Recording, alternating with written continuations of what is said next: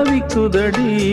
உந்தன் செல்ல மொழியினிலே உள்ளம் கொள்ளையடிப்பதும் ஏன்? துள்ளி துள்ளி வரும் நடையில் மனம் மெல்ல துடிப்பதும் ஏன்?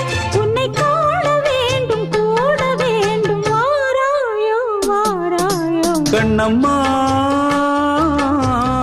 காதல் என்னும் கவிதை சொல்லடி, உன் பிள்ளை தமிழில். கண்ணம்மா காதல் என்னும்